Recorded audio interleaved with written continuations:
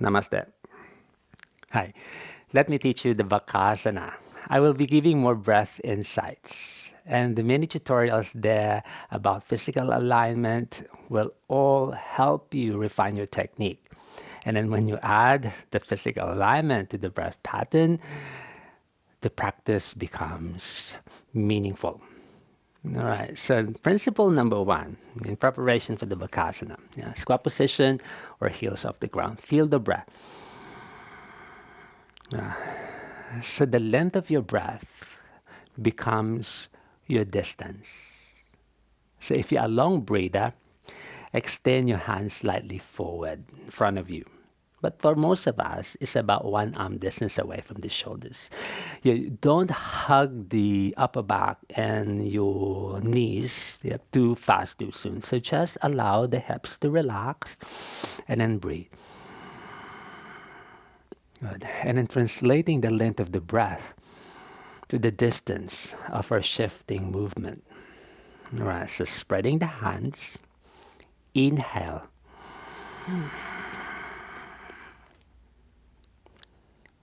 Good. And then the breath, being your buoyancy, will naturally allow the rest of your body to lift off the ground. And then to release, inhalation. Same as the entry, exhale.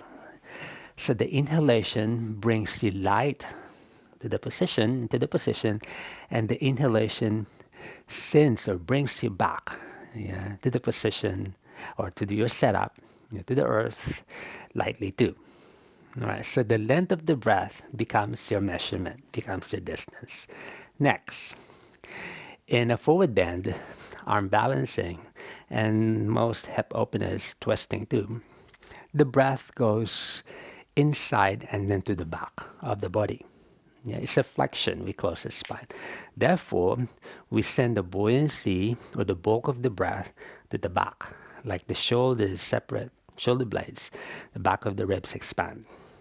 Whereas in the back bend, this one, we send the lightness of the breath forward to keep us supported as we curl back.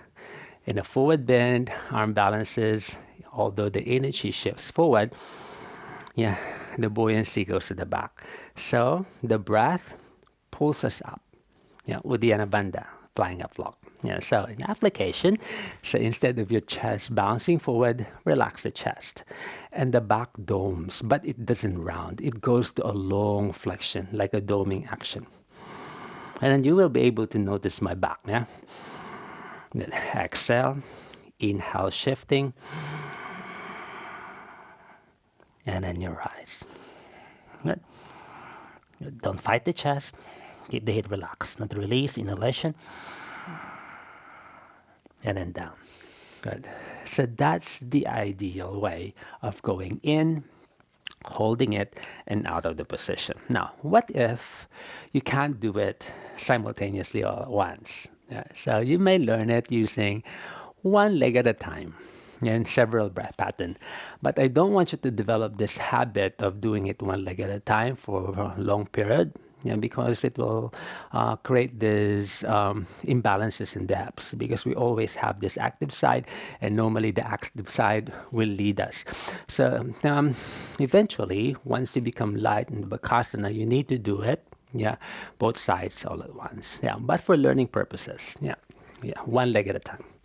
So you've sorted out the breath, the length, the distance, and the sensation going to the back. So applying that in a one leg at a time pattern. The exhale, inhale, shifting. Now exhale, inhale, shift. Exhale, inhale, shift. Exhale. All right, and then releasing is easy with both legs all at once. Inhalation and exhalation.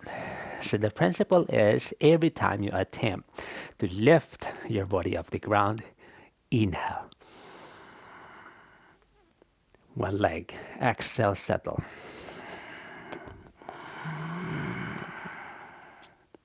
Exhale, settle. Inhaling. Exhale, settle. Good. Inhalation, exhale down. Beautiful. All right, now you might ask, what if my hips are too tight that I'm not able to bring my arms inside the knees? Yeah, it's all right.